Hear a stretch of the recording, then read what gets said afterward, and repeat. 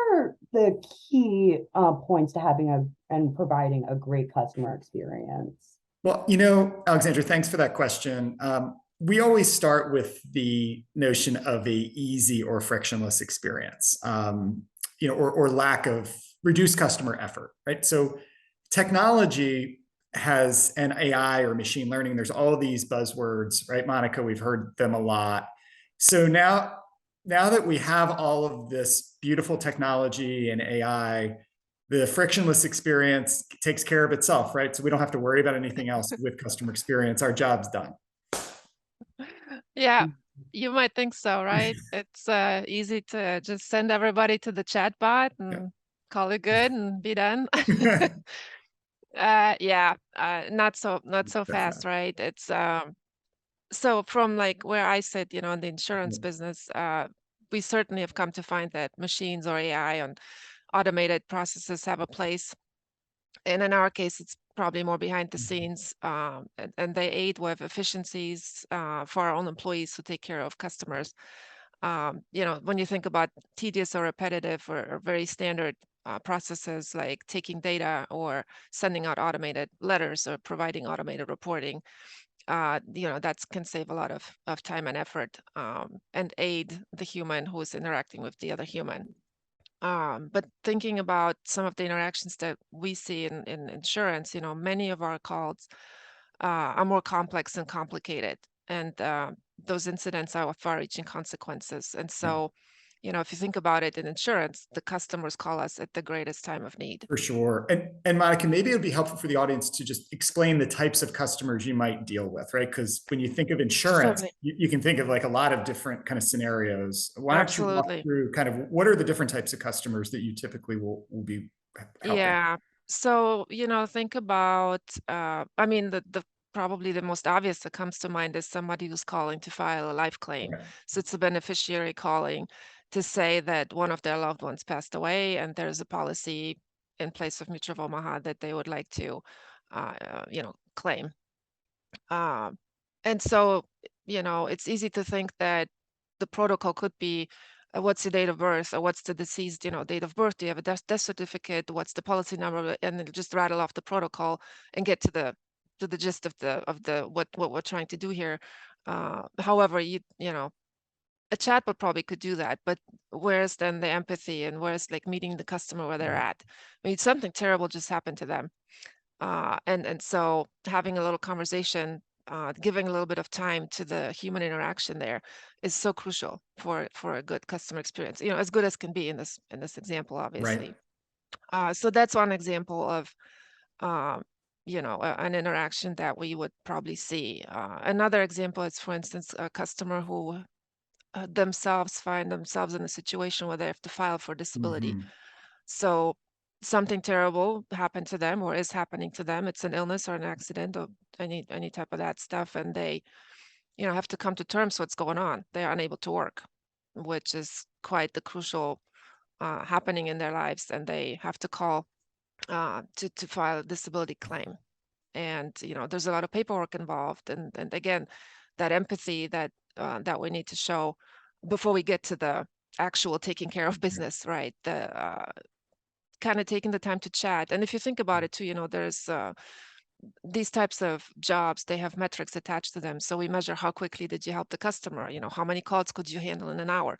And so I think, the industry has come to realize that maybe that's not the right measure. Like how many minutes, how few minutes could you spend with the customer and get on and move on?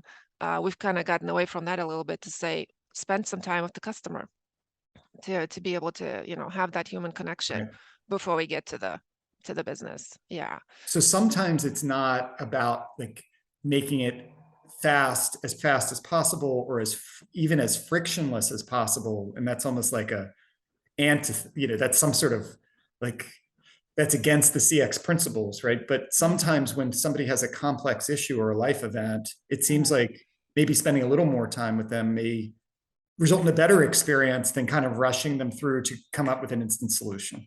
Exactly. Is that fair? But yeah, absolutely. There's many other examples of phone calls. You could have somebody calling in on behalf of a deceased parent, let's say, and they need to stop the premium payment. So they're not even calling to claim a life insurance on the deceased, but they are maybe calling to say my mother or father, whoever passed away, had a XYZ kind of insurance with you, and there's premium that's being paid, and I need to have it stopped Yeah. from being paid. And even there, you could just jump into, okay, date of birth and policy number and yada yada yada, and make it quick. But if there, you just also want to pause and say a few words about what has just happened, what has just been told to me about the person who's calling, and how can I just spend a little bit of time. And you'll have customers that don't want that, and they kind of give you signals that, no, I just want to move ahead. Maybe it's difficult to talk about it and they don't want to, and that's fine, but just offering that authentic connection is part of a great customer experience. And the skill set of these folks that are doing the frontline work is just amazingly vast. And it has to be because of the different situations. We have folks who are calling because they can't get insurance. Right. So they've gone several avenues and they're just not getting the coverage they might need down the road. And so there's that, that aside of empathy, there's that creativity Mhm. that's also required.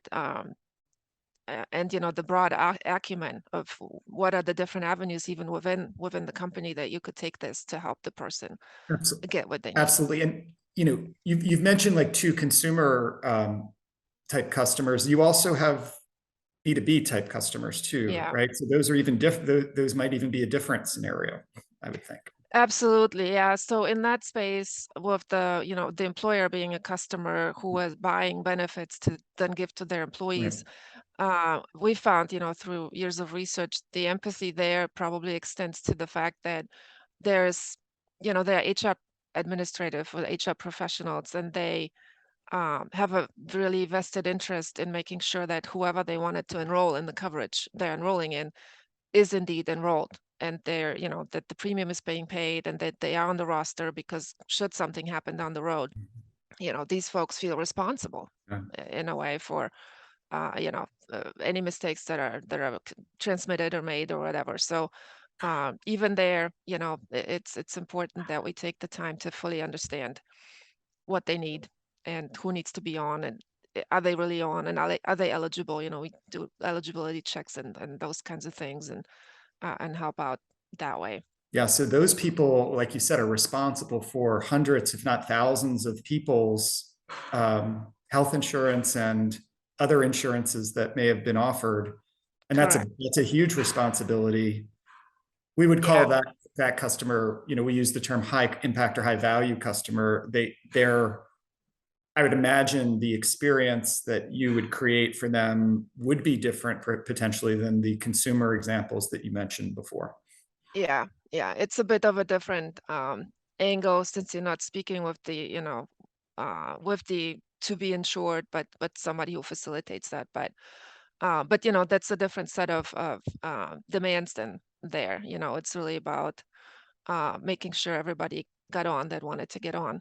And if they're not eligible, then again the creativity kicks in to say, okay, well, let's make sure we get them on at a later time, or what needs to happen to get them on. Maybe they don't work enough hours, so you need to bump them up, to the minimum hour work requirements, whatever it is, right? There's like, again, this set of like creative solutions that can be applied that only a human can Right. think in the moment to do, right? Yeah. There's these industries, and we work in a bunch of them, where sometimes it is like a person is making a decision for a lot of other people. Like the Mhm. example I always give is, college professors buy the textbook for their students, but they're not necessarily using it, but they have to take care in choosing it. It's almost the same thing. Like Mhm. these administrators are choosing something for many, many people.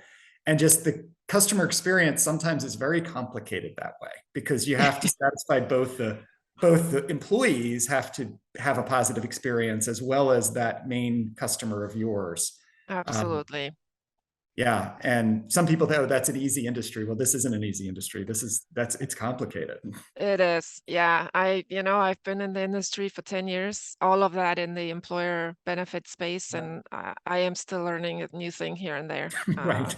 Still, because it is a very complicated industry with a lot of, players, if you will, because then we also have benefit brokers who facilitate the sale and the relationship sometimes even Right. that we have with these employers. And so they're very important high value intermediaries too. And they, the complication here too is like they take different roles. Some are very laid back and they let the employer and us figure it out, but some are very involved at different stages of the relationship. And then, you have many cooks in the kitchen and we have to make them all happy.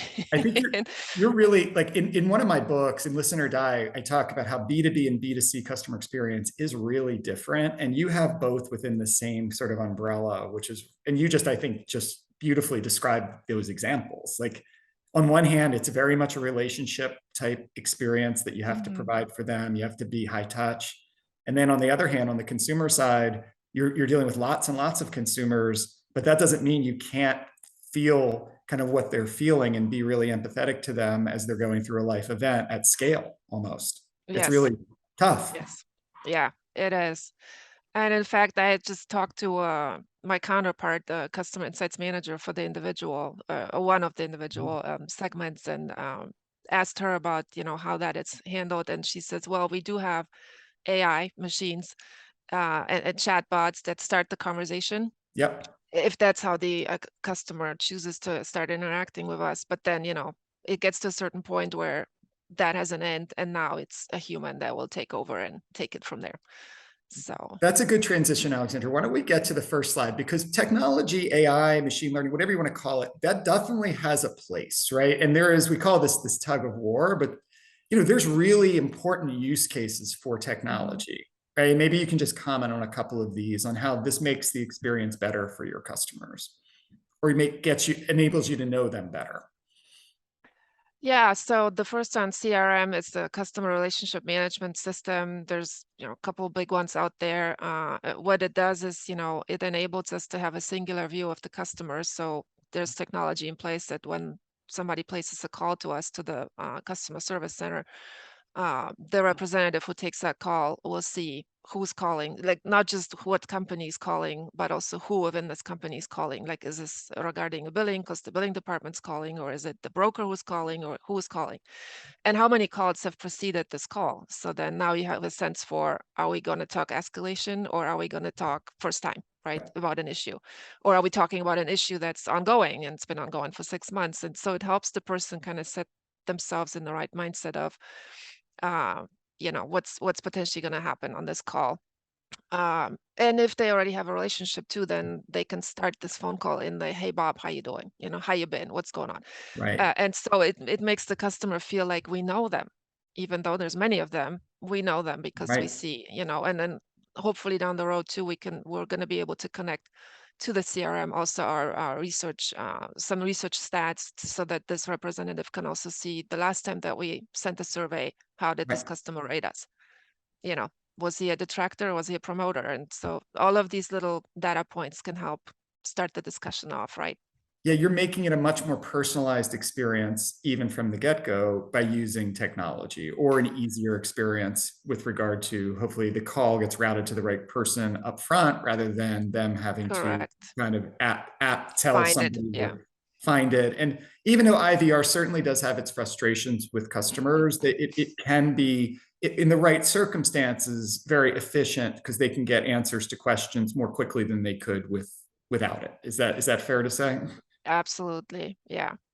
And the other thing about the CRM or the other technologies, they can help us also avoid the issue of having the customer repeat his story many times, because speaking about complex and complicated issues, if we don't have the singular view, then what might happen is this customer's calling for a third time and they have to repeat because somebody new picked up the phone because there was no call routing, or this person cannot really quickly read the notes that precede the call. And now you have this like, oh my gosh, I have this complicated issue and I have to retell the story a third time. And there's nothing is friction. Right. That is, I was going to say, definition of friction is, Alexandra, right? When you're calling somebody 4 times and repeating the story 4 times, that's a level of frustration in every industry. Yeah. And I feel like it happens more times than not too. Correct.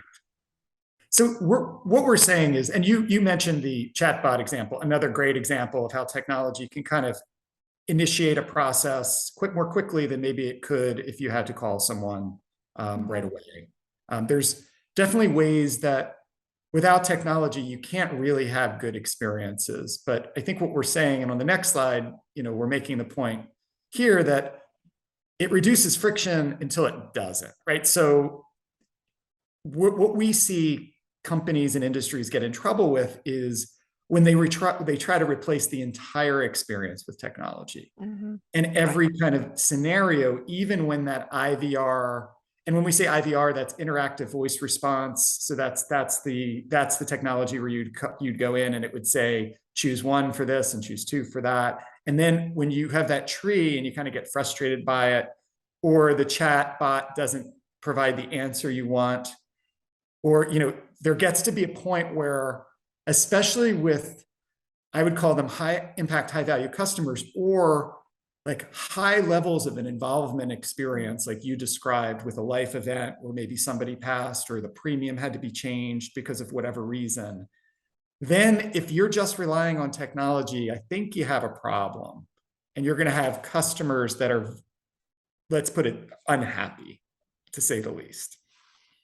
Yeah, I think they're not going to feel valued as a whole person, because they might have an issue that, the chatbot doesn't even have in its repertoire of things, because it really can handle only, 5 things. And maybe 90% of the time that's okay, but then there's, the times when it doesn't, and it just can't. And you can't even fit your request into this chatbot or the IVR. And then, Right. you find yourself yelling at your phone, potentially. I'd imagine that's particularly so in like the insurance industry, just with, regulations changing over the years and things of that nature.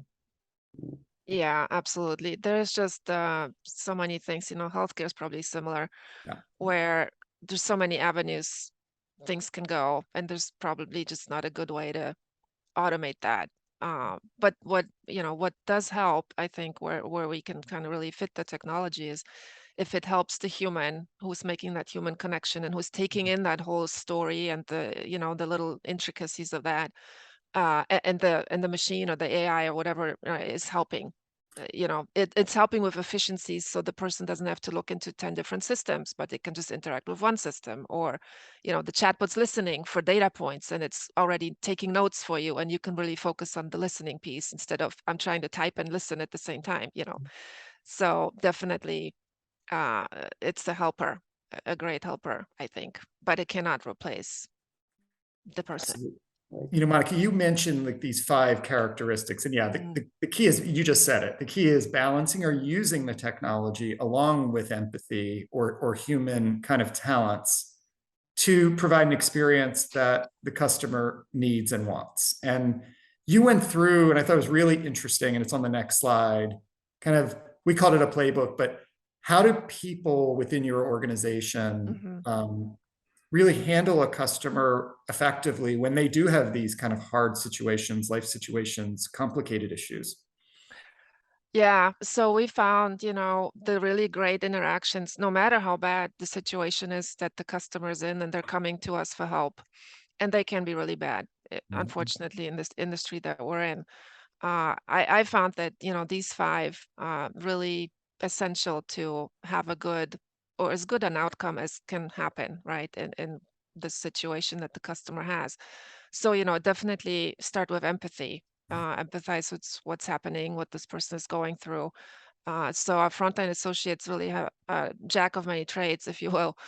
They have to have that, and then they have to have a creativity. So, complicated, complex issues and problems require complicated and creative solutions. Sometimes, thinking outside of the proverbial box, or reaching out to other people in the company, that may have a similar experience, or just really looking in places where you wouldn't expect for a potential solution or help. So that creativity, and then empowerment, of course, to be able to do that as well. In addition to this broad acumen, they have to know a lot. They have to know a lot of systems. They have to know a lot of rules and regulations. They have to know a lot of resources. And so that's kind of the third component of being a fully capable of facing just about any any situation that arises. And then, of course, the level of engagement, really listening to understand, not listening to respond, listening to understand what's going on, to really get what the situation is and think about, if you think about somebody filing an accident claim, or say they're filing a short-term disability claim, just thinking about maybe they have another policy with us also, like an accident. And now you're connecting the dots here and say, oh, is this disability based on an accident? Because you also have an accident policy with us. So then we'll be able to pay out on both. And so just really being there with this customer in the moment. And then lastly, of course, knowing what kind of questions to ask, to get more information, to, again, familiarize yourself with the specifics of what is going on with this person. These are such great, I think, kind of characteristics of someone, any kind of customer experience professional who's solving problems for their customers. How do you ensure that your teams are able to at least perform at a high level on these characteristics?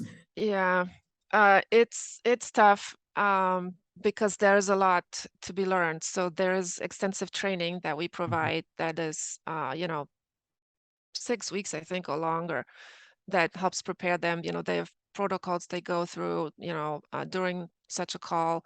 They learn all the different systems. And so there's just extensive training. I think it takes a good 2 months before somebody can actually hit the floor. And then they have, assistance from more seasoned people to help them the first couple of weeks when they experience different types of calls. But we also, make sure that we hire individuals with, the ability to be able to do that, the aptitude for such a job, being on the phone, going through intense situations with the right training, hopefully being able to apply all these tools. So yeah, I have a lot of respect for them. Is there any one of these that you feel like is more difficult than the others to really do well in your kind of experience in looking at these? I think probably just what takes probably the longest would be to acquire the broad acumen, because it has to do with forming relationships, within the company, being curious, being eager to learn, and then applying what you learn, to the situations, knowing where to go, learning all these different systems where, things live, where documents live, and the other piece too is we have great culture here at Mutual of Omaha, and so people feel empowered to actually think outside the box and come up with a creative solution and actually help the customer, and they're not really constrained by, I shouldn't be doing this, or oh my gosh, I'm working within my specific confines. Yeah, that's not the case. They're empowered through a great culture of knowing, knowing what to do, and knowing that they can make their own decisions for the good of the customer. Yeah, I was going to ask you about culture next. Like, it seems like without a customer-centric culture, it would be hard to pull this off. Absolutely. Yeah. This is kind of the first day you start here. That's what you will hear is all, we're all here for the customer, and it's customer focused, customer centric. And that's the approach. Yeah. So I'm curious about empathy. Can empathy be trained, or is that something you hire for? Well, I think we definitely hire. There are specific traits that we look for, that we, hire. And then, it can be trained in the sense of just the fine nuances of it. You can try and apply your empathy, but then again, there might be a customer who maybe doesn't want to go there. It's too painful, or it's too early, or they just don't want to with a stranger, so then like recognize the signs and like, okay, we move on to the technical piece of it. Or and then there might be others, who will be on the phone with you for 20 minutes because you just got them at this really moment where they, some cry, or just tell you a story, and this will take a little longer, and that's okay. But definitely, yeah, kind of a little bit of both, I guess. For sure. Yeah. The other, I often talk about this. The two pillars, I think, of a great customer experience are both ease, or lack of friction, but on the other side, empathy, in terms of creating experiences with the customer in mind to begin with. And then, of course, when you're dealing with kind of service interactions or even problems that they have a very empathetic mindset to what they're going through. Yeah. And that's the key to it's the other side of the coin, because not all experiences are frictionless. Like that's, Mhm. even though we want them to be as easy as possible, the reality is they all can't be. And when they Yeah. can't be, then what do you do? And I think you've outlined a really effective kind of approach here when you need to have more nuanced and involved kind of interactions with your customers. Yeah, and the funny thing too is sometimes when you apply this what you see here, you'll find that maybe you as the company, as the insurer, whatever industry you're in, you have actually instituted a process that is now hindering a frictionless experience. Yes. It's so you're on the call and then they're like, well, I tried to pay, but you don't accept this kind of payment, or, Right. stuff happened. And then you're like, oh, yeah, okay. Now it's like, now we made not a great frictionless experience. And so, part of this is discovering those things where we're like, accidentally did something that's now hindering a frictionless experience, and then, reporting that back and say, okay, this does not work. We need to change the process or else we'll be, creating this ourselves. So to wrap this up, I think we have one more slide right now, Alexandra. It's really the best experiences are merging great technology with great people. That's the way I would describe it. And I think you gave some great examples, but if you want to, elaborate on this at all. Well, no, I mean, to wrap it up again, I think again where if the machine can somewhere kind of less obvious, but help with efficiency where efficiency is needed, and help the frontline person do the tasks swiftly that can be done swiftly, then that's great. And then the human, can have more capacity and time, and then uh, just to interact with the other human. And that's, I think, when it's at its best. Without a Uh, doubt, like, yes, you yeah, need the technology to make it easier, more personalized, and making it easier on your team when your team is interacting with the customer. But once they exactly. get that customer, then those 5 characteristics, I think, really make a lot of sense, and they sort of take over from the technology. But what the interesting thing is customers don't care about technology or human whatever. It's about, they just want their problem solved in a way that makes them feel good, right? Like Exactly. that's the deal. And whatever you need, I'm talking about to the audience, whatever you need to do, whatever combinations you need to provide to make that happen, just put everything in the lens of the customer, put yourself in their shoes, go through a scenario or use case that your customers frequently go through, and see if the way you're dealing with the customer now makes you feel how it makes you feel. And that following your gut on that is often a very effective way to go. Yeah, Sean, and maybe one more thing too to say, oftentimes you can use this technology to improve processes for your employees. So, this whole paradigm of taking care of your people so they can take care of the customer, so that goes a long way too. That's kind of where I'm seeing this too, is like, invest in technology to help your people with the tedious repetitive stuff that holds them up, and then frees capacity to be human. Yeah, I think the very best technology approaches I've seen, Monika, is when they consider their internal people, internal customers. So they're Absolutely. providing a great experience for them. So then, and they in turn can provide a great experience for the end customer. Absolutely. So I think we have time for one question. We've got one coming through that I'll read. Okay, how do you ensure you are providing a great or frictionless experience to your customers? So how do you make sure this happens? Monika, we've talked a lot about this. Like, what are Yeah, a couple ideas? right. Well, so, we already talked about a couple of mechanisms of, good training, hiring the right people, Yeah, people who want to be on the phones, people who want to, talk to other people. It's very taxing to be on the phone all day with all sorts of, folks with all sorts of different challenges and issues. And then, trust is good, checking is better, or whatever, the right. combination of those two. We do have transactional surveys, Right. for instance, that we launch after each interaction. So if you sent us an email with an issue, or you've called us and talked to a representative, within 24 hours after that, they get sent an invite to a brief survey. And it's your typical 3 to 5 question survey Yep. that specifically checks on this particular interaction you've just had. And then we collect it, we collect it in different ways. We collect it by the rep to help them, with coaching, but we also collect it more aggregate to see, where we're at, where they're fulfilling the expectation. And then sometimes there are follow-ups that the customer requested, I really didn't solve my issue, or there's a bigger issue. So then we have what we call a close the loop process in place, where somebody actually will call back the customer who's empowered, to take this issue further and stuff like that. Yeah, I mean, I think you described the best of both worlds. You're focusing on both a kind of a technology-oriented solution around, gathering the feedback, a people solution of closing the loop when it's not right, as well as a people solution around training. So it's like a blend of all those things. Beautifully. Okay, well, that's all the time we have today. Monika, thank you so much for sharing your time and expertise. You're a great guest. I hope you come back and visit us another time.